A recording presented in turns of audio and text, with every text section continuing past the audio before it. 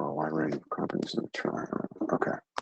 All right. Well, Shane, I'm going to just kind of give you the OneCharge story here, complete with a little history and run down what we call Lithium 101, and probably a little bit of 102 here. Are you in a sales position, or it looks like you're in a purchasing position?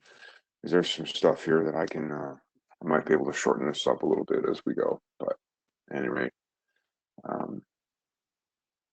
So OneCharge was conceived around 2012, actually in Russia, and they had a couple of test cases there, and they actually brought the company to Seattle, and they were building batteries on spec at that point.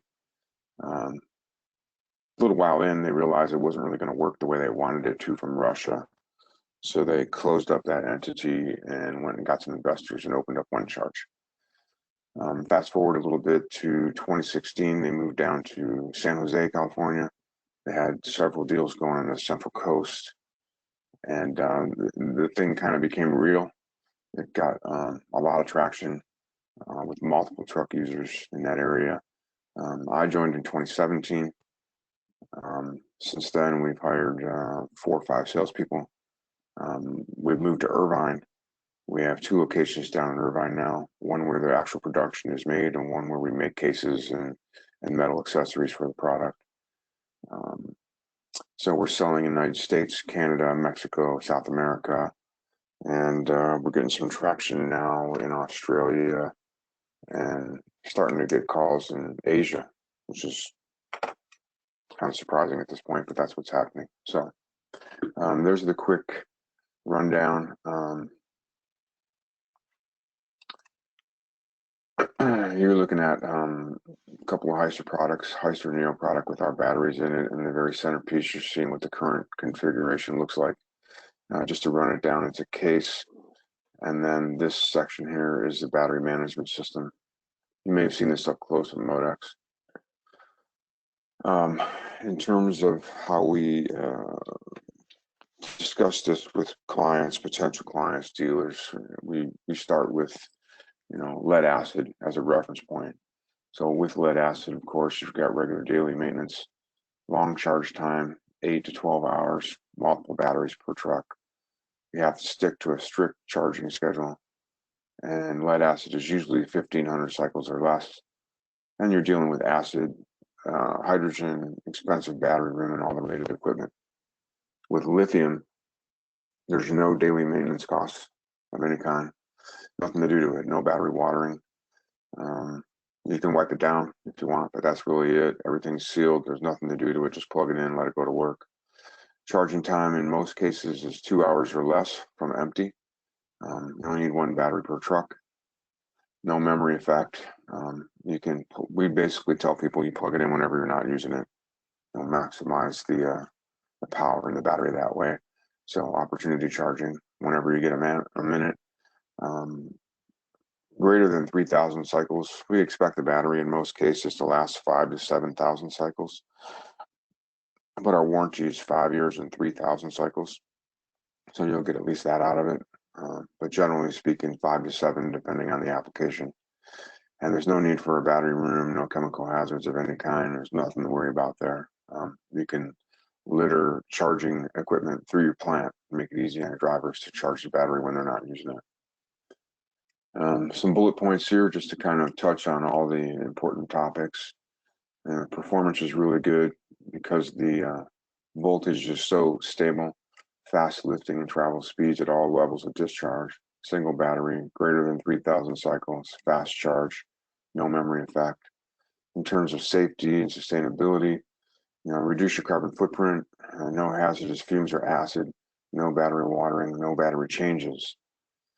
In terms of lowering your costs, which is really what we're trying to help with overall, the cost of the lift is important, but we're trying to save you on total cost of ownership. So you're going to hear that a lot during this presentation. We're trying to lower your TCO 2 to 3 times the cycle life compared to lead acid. Again, no maintenance, no battery room. Electricity bills are going to get lower. You'll be able to use smaller wheelbase trucks because you can pack more power in a smaller battery compartment. and less lift truck component wear, which is again related to how stable the battery voltage is. And then the technology is, it's leading edge. The market is rapidly expanding. We have a huge design advantage over our competition. Our battery management system with telemetry and wireless capability allows us even some remote troubleshooting these days, and it's getting better all the time. Why OneCharge? We need to update this. Actually, we're over 550 models now since the Modex show. All class 1, 2, and 3, 3,000 pound to 70,000 pound lifts. We're starting to do some ground support equipment, selected sweepers and scrubbers, usually the big ones, and personnel carriers now.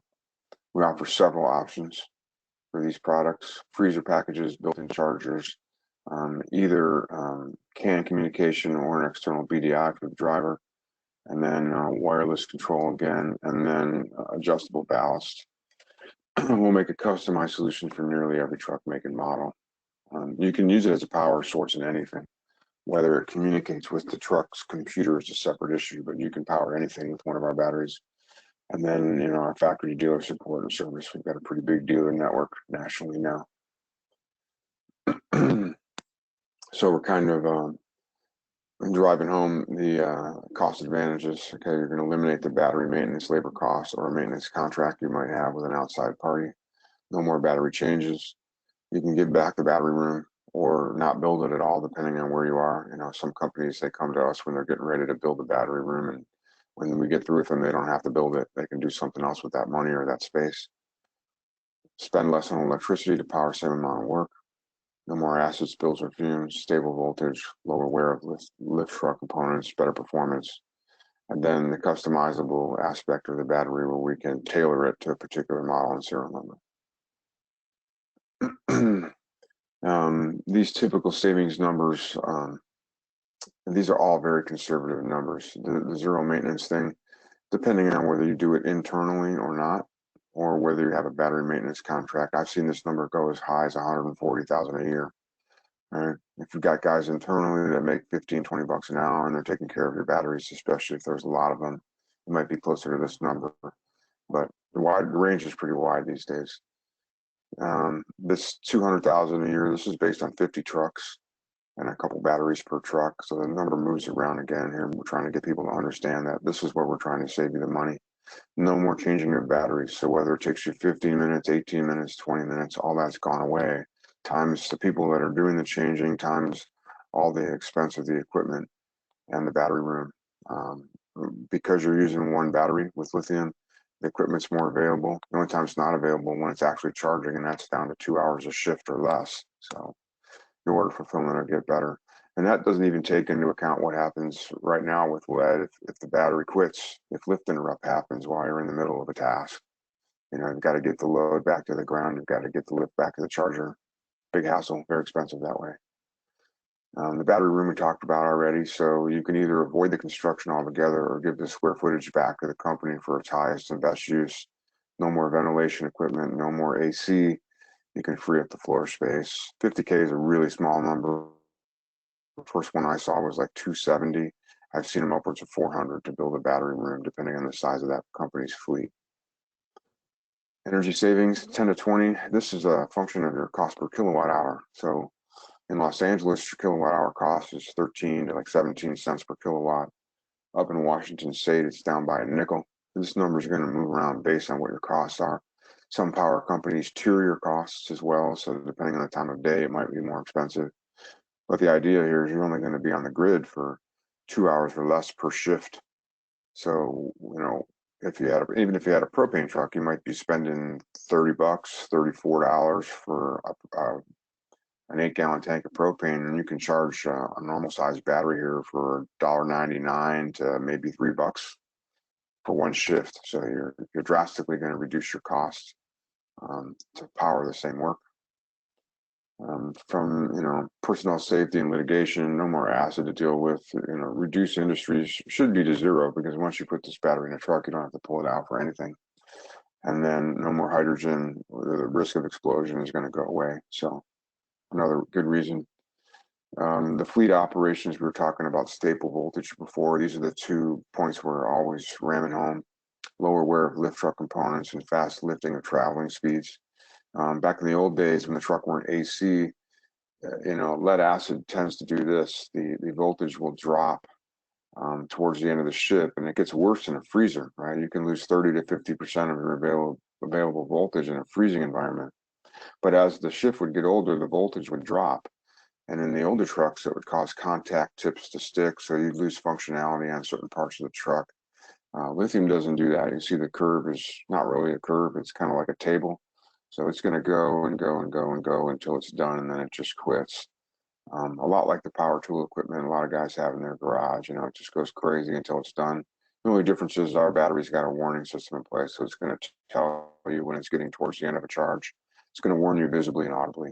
So way better for the truck. It's commonly accepted now that lithium is way better for the lift than anything you could put in there that's lead.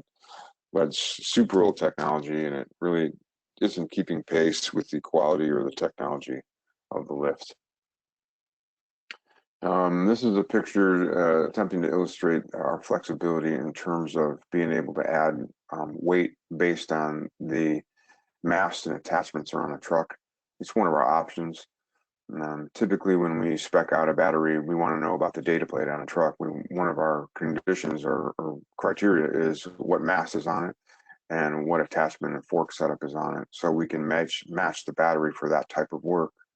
In this case, this lift has a triple on it, but it's also got a paper roll clamp and a longer load center. We can make either battery.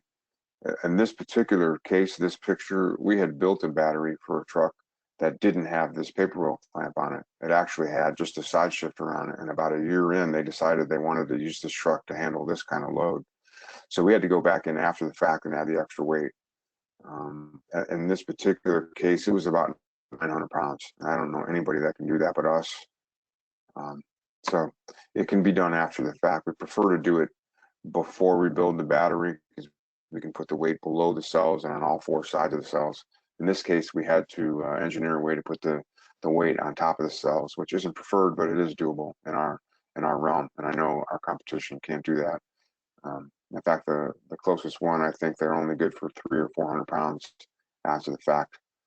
Their design just limits them in many ways and doesn't limit us at all. The only thing limiting us is the size of the box. So since we're into the packages, I'm going to kind of just jump around on this page here. I just started down here at the extra weight. Another option we offer is an additional power outlet. Let's say the lift you have has accessories that need to be run by the truck. One of the experiences we encountered and we had to remedy was every time you power down the truck, you also power down the accessories. So we developed a power tap on the truck that runs through the BMS, so that when you shut the truck off, it'll still power your accessories, and you eliminate that lost downtime for power up and power down. So that's a pretty cool little option there if your truck doesn't offer it. A lot of the new trucks now come with a tap like that, and it's part of the wire harness on the truck. But if they don't, or you've got an older truck and you want to have it, we can do it. Built-in charger for some of the smaller class 3 trucks. This is only 110 volt, usually 50 or 60 amp. Doesn't fall into the 2 hours 0 to full realm. It's usually 3 to 4 hours at 110 volts, but it's still really helpful. It cuts it about in half. Usually those little 110 volt pallet jacks are 8 to 10 hours on a charger. We can get it done in 3 to 4. I'm going to skip up to the top here to the frost. We make 2 different frost versions. One is for like a produce market, where you're essentially putting insulation around the cells so they'll operate well in roughly 35 to 68 degrees. And then if a lift happens to work in a freezing environment, if it charges and discharges in a freezing environment, we have a package called Frost 2, which is thermostat controlled. We wrap the cells in insulation. We also install a heater below the cells. And based on the thermostat and the outside temperature, it manages to keep the lithium cells at the appropriate temperature, so they'll function appropriately, all the way down to really it's minus 22 these days. We also offer a seal kit. This is pretty much dust and water spray. It's not meant for full-on pressure water, steady streams. That's not what this is for. Most of the batteries, they're all covered. They have a top on them. So this is an attempt to just seal the cover from dust and and manufacturing remnants, that sort of thing, and the occasional water spray. It seals the cover and the BMS and the gauge setup, but again, not for water. I tell people, if you wouldn't do it to your laptop, don't do it to the battery at this point. And then these final two, this is controller area network, or CAN communication, and this is an external BDI. Best way to explain this is we make a battery that is a standard battery. It comes with a battery management system and a BDI on the BMS. But in a lot of, and this is just a power source for the truck. And if you put it in most vehicles, there are several of them where the driver can't see the BDI that's part of the battery. So we make an external wired clone for the battery that you can actually put in the driver's face so he can see and hear the warnings that the battery is giving when it gets towards the end of discharge.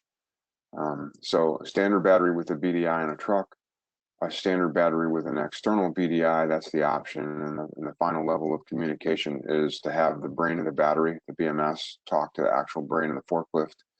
We do that with Hyster and Yale and a Combi Lift product, where the batteries are fully integrated to the truck. That means the dashboard works, the state of charge works, the lift interrupt works, and the creep speed works, and also it will disconnect the power to the forward and reverse through CAN.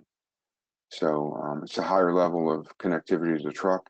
Nothing wrong with this. You know, all the other trucks we make besides Hyster, Yale, and Combi are run this way with a standard battery and an external BDI. So as we integrate with more manufacturers, everybody will ultimately switch to this CAN communication. That's where the whole industry is going. It's just a matter of time. So this slide and the next slide are probably the two most important ones in terms of questions we get. You know, people don't understand how we choose ampere hour capacity. It always seems too low to them. So we're going to explain how we get there with it. We're going to explain it in terms of what you pay for with lead versus what you get with lead acid. So for this example, we're going to have a 1,000 ampere hour lead acid battery. All the lift interrupts on most forklifts are set at 20%. So even though you're paying for 1,000, no matter what you do, you're never going to get more than 800 ampere hours out of this battery, because the truck is going to shut down. It's going to tell you can't do any more lifting. You've got to go to the charger. You're paying for 1,000, you get 800. The reality is, any remaining usable ampere hour capacity, you're going to lose another 15 to 20% of it due to heat loss while you're using it, charging it, or cooling it. So you're going to end up with roughly 60%. So you're paying for 1,000, you're going to end up with 600-ish, which is this scenario right here. So it could be a little more, could be a little less, depends on the truck, depends on the operation of the truck and how tough the application is. But essentially, you're paying for 1,000, you're getting 600. But with lithium, you're going to pay for 600 and you can use 600. You know, we ask people to employ opportunity charging. It's better for the cell. It's better for the overall performance, but you can take lithium all the way down to zero.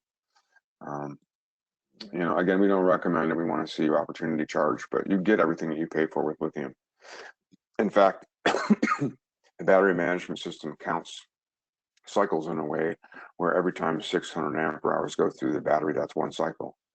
So let's review that really quick. A lead acid cycle is 8 hours of use, 8 hours charge, 8 hours of cool. And every time you plug in a lead acid battery, whether opportunity or charging it or not, in most cases, you're still cycling it. Opportunity charging lead is supposed to reduce the amount of cycles by keeping the capacity somewhere between maybe 40 and 70% and never taking it all the way to the 100% where the gassing occurs and that sort of thing. But typically speaking, every time you plug one in, you're going to cycle it. With lithium, it doesn't work that way. You can plug it in 50 times a day, 80 times a day. It doesn't change the amount of cycles going through the battery. The amount of cycles are calculated by the ampere hour capacity of the truck or the ampere hour capacity of the battery. And when that ampere hour passes through the battery, in other words, throughput the battery, that's a cycle. And the brain ticks it off. So paying for 1,000, getting 600, paying for 600, you can use 600. We start where this actually ends up. And the only thing we add to this particular math is after we start at this point, roughly 50 to 60% of what the lead acid is, and we want to know about lift height, we want to know about attachments in case we want to up this number. You know, a year ago in a normal 5,000 pound lift, we couldn't give you more than 600 ampere hours. Now in 36 and 48 volt, 33-inch boxes, I can give you 1,050 lithium ampere hours. So I'm actually giving you almost double what you can get with lead acid in that same space. And the compartment size is the only thing that limits that ability at this point. And as the cells get smaller, we may even be able to put more in there. But right now, where I could put 600, I can actually put 1050. So it's an amazing time for power in the forklift realm. This is the next most important slide here. People are always wondering why we're pushing to higher voltages. The answer is contained within these three elements of the slide. The key that you need to really focus on is higher voltage means less overall capacity is necessary to do the same work. So the higher the voltage, the more efficient the system is. Some of the benefits are you can have smaller chargers in terms of ampere hour or amp output, which means it'll charge the batteries up faster, which means you're on the grid less time, which saves you money. And the systems here are going to require smaller cables. So to make that make sense mathematically, we picked a 36-720. If you do the math, 36 times 720 divided by 1,000 will give you this number. It's how you figure out kilowatt hour capacity. So in 36 volt, you need 720 to get here. In the 48 volt realm, you only need 540 to get here. In the 80 volt realm, you only need 324 to get here. Okay. So the 80 volt, you need less ampere hour capacity, which means your charger can be way smaller. Your system cables can be way smaller, more efficient, less heat, saves you money. This is total cost of ownership at its best. From a competitive point of view, some manufacturers don't even make 80 volt yet. So there are some forklifts you're going to look at, you're going to get quotes from people and they're going to show you a 36 and a 48 or an 80. Some lifts you're only going to see 36 and 48. So from a competitive point of view, we like the 80 volt better. And we, you're going to find out later that we need to make bigger than 80 volt, but most forklifts are in this realm. So always a high voltage if you can do it. In terms of what we make in compliance, our batteries are all equipped with ballast to exceed the minimum weight requirement. We're talking about the data plate on the truck here. So if you've got a 50,000 pound truck, our battery is going to be the correct weight to help with the counterbalance. If you've got a 5,000 pound truck, same as this, right? We want the battery to weigh what it needs to weigh for the counterbalance to work. We make 24, 36, 48, 72, 80 volt, 96, 120, and 124 volt. And since we made the slide, we actually are using 4 different cells. One cell range is 90 to 105, and the other cell range is 180 to 200 ampere hour. We use combinations of those cells to hit this ampere hour window, so 90 to 2000 ampere hour. In terms of the batteries, one motion charging, right? So once you plug it into the truck and close the hood or slide the battery back in, you're done. In terms of charging it, the charging plug is a separate plug that's on the side of the battery, usually next to the BMS. So one motion charging, jump off the truck, grab the charging plug, plug it in. 10, 12 seconds, you're done. Same for unplugging it. So no more unplugging the battery from the truck in order to charge the thing.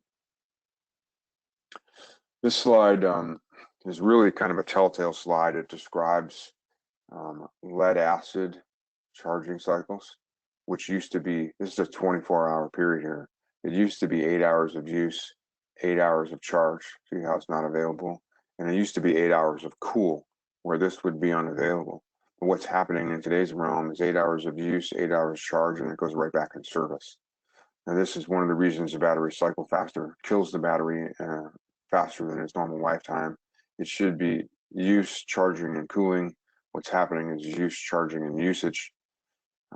With lithium, you can opportunity charge, right? So you're following this upper graph here, where you might use it for a couple hours, you're taking it down to roughly 75%, you're putting it on charge for 15 or 20 minutes, all of a sudden you're back up to the mid 80s. You're going to use it for a couple hours and then take a lunch. And you can see that the state of charge is moving around here, but you're never really getting below 50% along the way here. This is better for the cells. You'll actually get more cycles out of a battery this way. The cell structure chemically responds better to that kind of charging than this kind of charging, old school. You know, start from 100, take it down to 20, charge it up. Start from 100, take it down to 20, charge it up. Just lithium's better all the way around for it. So this also, you know, this doesn't take into account 0 to full here, right? You're never really, you may put it, you know, at some point here, you may actually charge it all the way back up to 100, which is really cool, but you're never going to see a full charge in most cases where it's run all the way down to 0 and then charged all the way back up. That's the 2-hour realm. So if you continue to opportunity charger to plug it in whenever you're not using it, you'll get the desired results. We have batteries out there right now. I have an 80-volt 735 in service in Phoenix that's running 19.5 hours a day. And I have data to back it up. We're getting that. We're starting to become way more commonplace, but that's a gigantic battery and it's just killing it in that particular application. So here we're talking about a couple different return on investment calculations here. It's actually sort of upside down from the way you might see it on the spreadsheet. This one happens to be lithium versus lead, 5 years, 3 shifts a day, 14 trucks. If you look here where the cursor is, you're going to see lead acid trucks are less expensive, including the battery and chargers, than the lithium trucks. And this number sometimes can be as high as double. In this case, it was only 330 against 408. The electricity for lead is more expensive, 242 against 167. But this is the key here. This is where lithium stops. Okay, those are all the costs involved with operating lithium. But on the lead side, you've got battery watering, battery swapping. In reality, we didn't even put equalization charges on here or the cost of a battery room. So we stopped and we were at 35% savings here. Typical is somewhere between 28 and maybe 34, 35%. I've seen this number as high as 65, but typically 25, 28 to maybe 34, 35%. That's what's typical. This side here, this is the emerging market where anything lithium against propane or diesel or gasoline. We made the same attempt here. The LPG truck, you know, including all the propane tank and accessories you need to power it up, and then the lithium truck, including the batteries. These were actually pretty close. In some cases, the lithium stuff is considerably more expensive. You've seen, or you know, there's an old adage in forklifts: electric trucks are more expensive to buy, but less expensive to own. We're just, you know, pumping that theory up here. In this case, it was 606 against 675. And then I made an attempt to show the gigantic disparity between fuel costs here. So propane, you know, most of the country is $3 plus a gallon. In some places it's $3.50 for an 8-hour shift across 5 years. You're looking at almost $450,000 to power that truck. Over here, you're looking at 38. So it's better than 10 times the cost for electricity, for fuel against electricity. And then the next one here is on the LPG side. We'll skip the repair costs for a second. And since you're not changing batteries out, I had to come up with something that was comparable. So I decided to investigate what propane tank change times were like. You know, they should be 5 minutes, 8 minutes, 10 minutes. We put a number on it. In this case, we decided over 5 years it was $29,000. You know, that's all part of the cost here that you're already looking at. So again, lithium pretty much stopped here. I put some repair cost numbers in here based on my experience as a service manager. You know, lithium or electrics are less expensive to do monthly maintenance, and the service work on there is considerably cheaper than with propane. With propane, you've got an engine, a transmission, differential, all the related changes. So we put numbers in here just to try to illustrate the cost of ownership with an electric versus a propane truck. In this case, we came out with 57%. If you pull out the repair costs, this number is going to drop a little bit, but it's going to drop proportionally because, you know, it's still going to be way better than 40% here. So in both of these cases, they're great examples of why companies should consider lithium over lead or lithium over propane. You're looking at some of the hazard signs we're used to seeing with, you know, lead acid. You know, you have acid fumes and spills, explosion hazards, lead exposure. So all this stuff goes away. You're looking at a picture of the 90 to 105 amp hour cell. This cell dimensionally is about 8 inches tall. It's about an inch wide, and here it's about 6 inches wide. The original cells we were using were much bigger. They were probably 40% larger than these. So as the cell sizes and configurations get smaller, our battery configurations will change along the way. So pretty cool that the cells are getting smaller. We're going to name drop a little bit here. These are some of the companies that are actively using our batteries in their systems. You should recognize many of them here. So 101 is over. Since it's just escape, come on. There we go.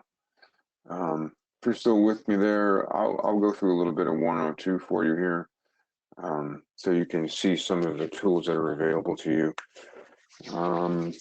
One of the questions most people have is they want to know, is it safe? You know, when's it going to catch fire? That sort of thing. And so we try to, and we endeavor to show people that lithium is everywhere in their lives already. And so we started putting together examples of it. Most people don't realize that there's lithium on their wrist. You know, they've got lithium in their back pocket all the time. The laptops are lithium powered.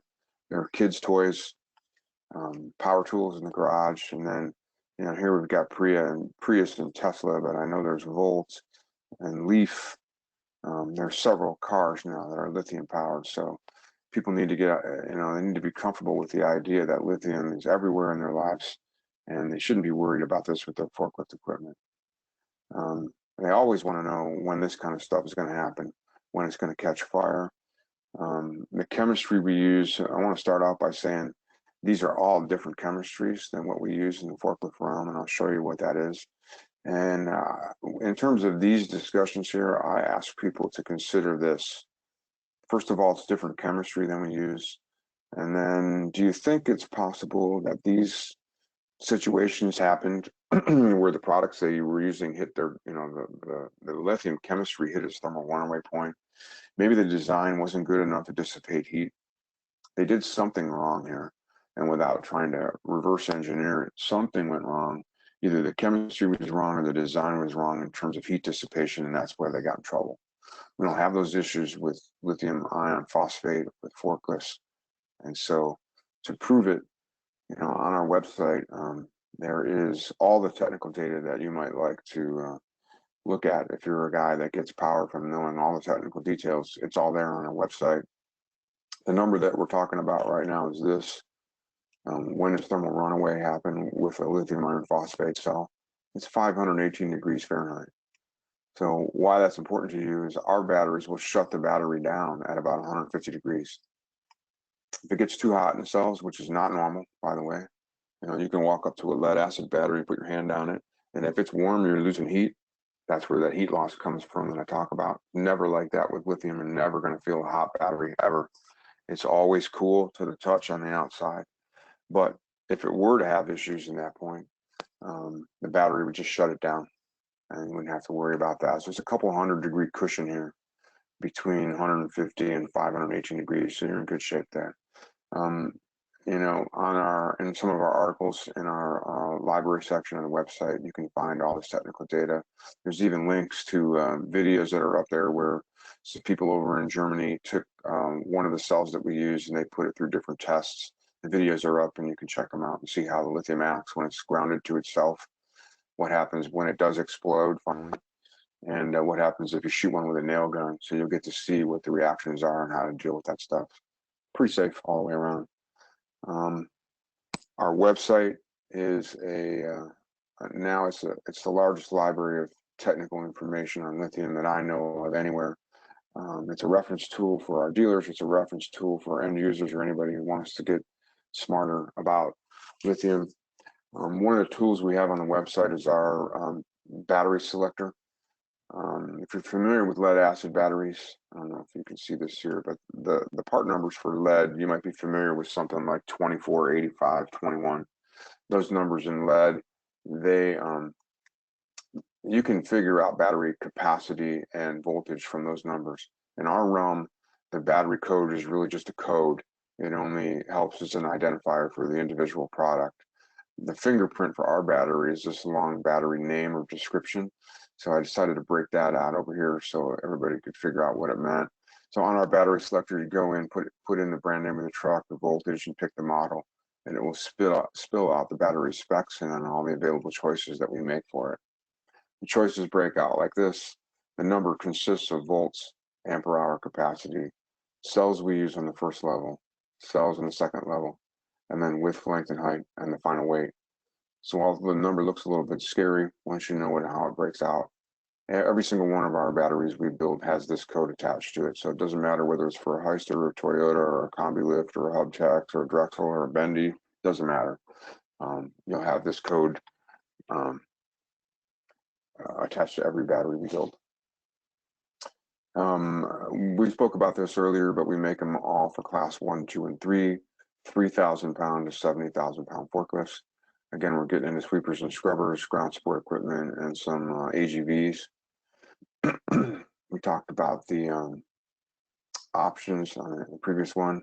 Here's another one we get all the time. Can I keep my same charger? The answer is a big maybe. You have to remember that lead acid chargers are set up to output over 6 hours, generally speaking. And because the lead acid ampere hour capacities are so high, the charger outputs are really high. So typically they don't match. If a charger that you owned was adjustable, where we could program the curve and program it so the battery could turn it on and off, then it's possible that you could keep it. But in most cases, if you buy lithium, you're going to end up buying a new charger. And so we make a charger. We actually rebrand Ecotech chargers along the way, but we have relationships with 10 to 12 different charger manufacturers where they have engineered with us so that our batteries will turn them on and off. No real charging curve with us. Once you plug a charger into our battery, the battery senses the charger's there and it says, oh, great, cool, there's power, let me have it. And then it turns the charger on and deliver the power at whatever it was set at. As the battery fills up, the battery management system monitors the cell volumes. When it tops off and it's good, it shuts the charger off and that's it. So real simple setup. We can also do it with CAN communication, but that makes it unnecessarily complex at this point. We use Euro 320 plugs, and they're pin connectors in the plug that connect to the BMS on the battery. And keep it simple is the idea right now. So someone asked that question, it's a definite maybe. Chances are they're going to end up buying chargers though. Again, we're pointing you at the website. The format has switched a little bit recently, but there's now 5 pages of articles and videos and technical articles that have all kinds of specs for not only our chemistry, but the chemistries that we compete with. So I urge you to go and spend time on the website. You can really educate yourself on this from wherever you are now. This is an example of one of the tables that you'll find in one of the articles where you're comparing different chemistries.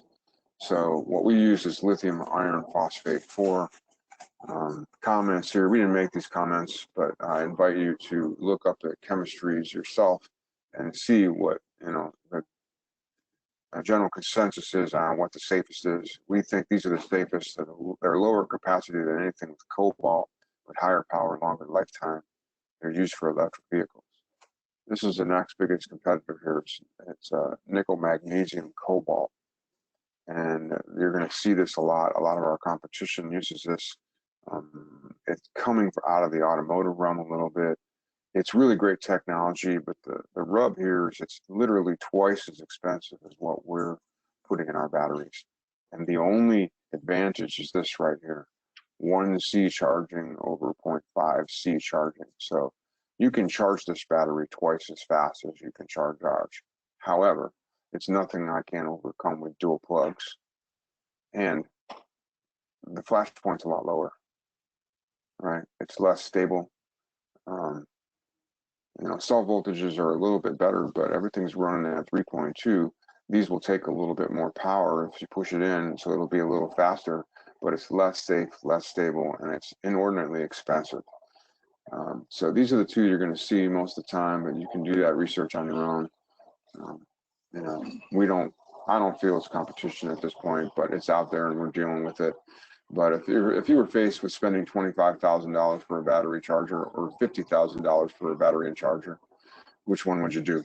In most cases, they're choosing us at this point right now. So we also have a support page on the website. There's been some personnel changes, so the pictures are different from what's on this slide here, but there's three components to this page that I urge you to look at.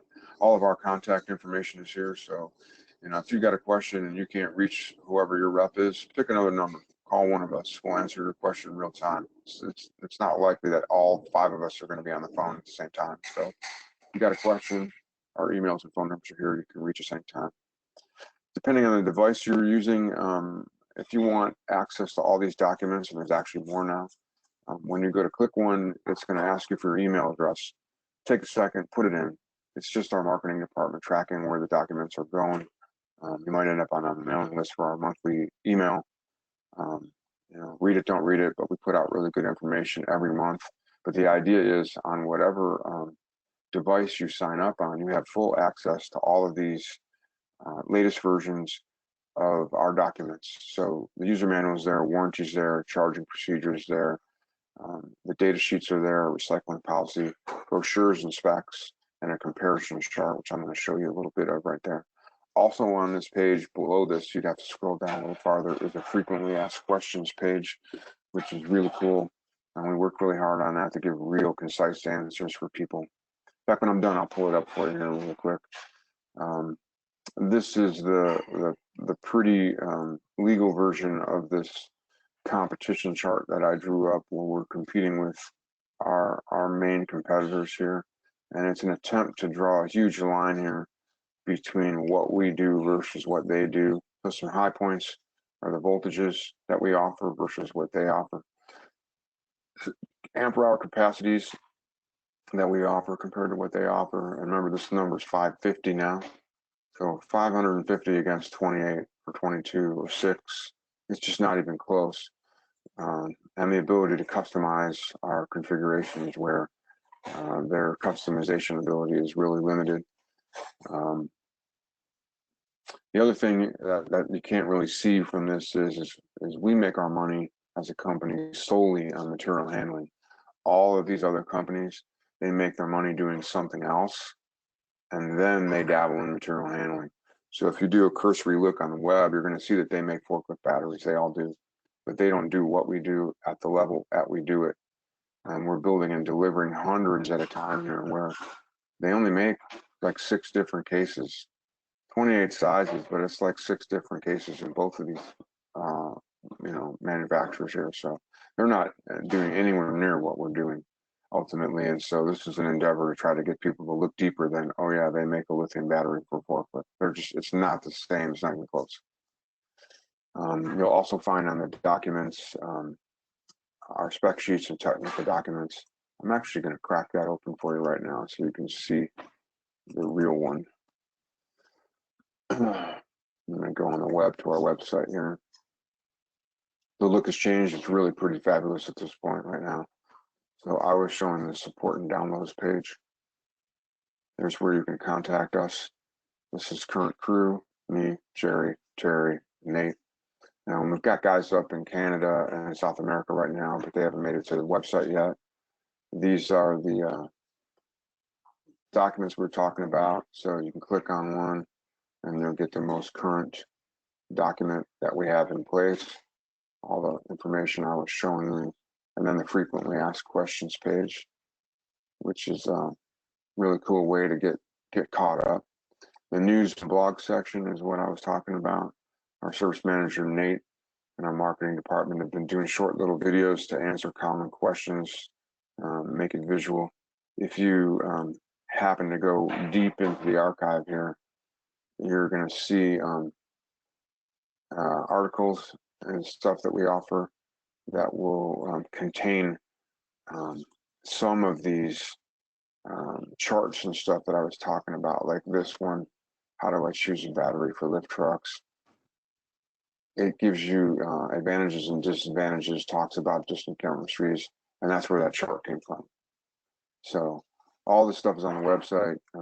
I can't say enough. I urge you to go to it, spend time on it. There's a total wealth of information that exists here that doesn't exist on anybody else's website. They're literally hiding the chemistries they use and hiding the technology. And we've done the exact opposite of that. Battery selectors here, right? If I put in a Heister 48 volt and I pick a common truck, this is the most common truck we make, right? 48 volt, 5,000 pound lift with a 33-inch box. You can see the choices that exist. This is literally the most common battery we make, 48 volt, 630. But the combinations that aren't shown here are the ones that go all the way up to 1050 now. So this will put you in the right zone for what box size, and if you need pricing and that kind of stuff, you can call us. We'll give you pricing on it. So with that, that's all I got. You've been through what we call Lithium 101 and 102. If you've got any questions, you want to type them. You can call me directly. Since we can't talk right now, I'll send you my cell, and you can call me right now when we get done, and I'll answer any questions that you have. That way you don't have to deal with this typing thing anymore. So oh, I sent that to Max. Shane, hang on.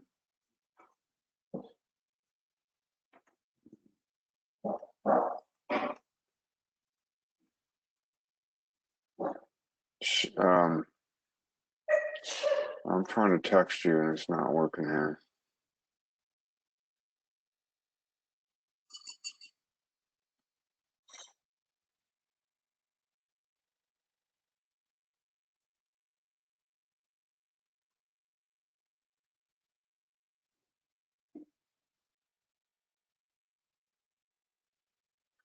Shane, if you're listening, try me at 408-582-3889.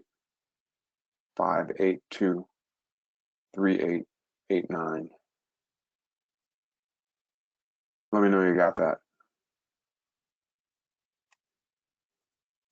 I'm having trouble with the chat. I can't see it. Okay, awesome. Thanks again. I'm going to close up. Talk to you soon. Bye.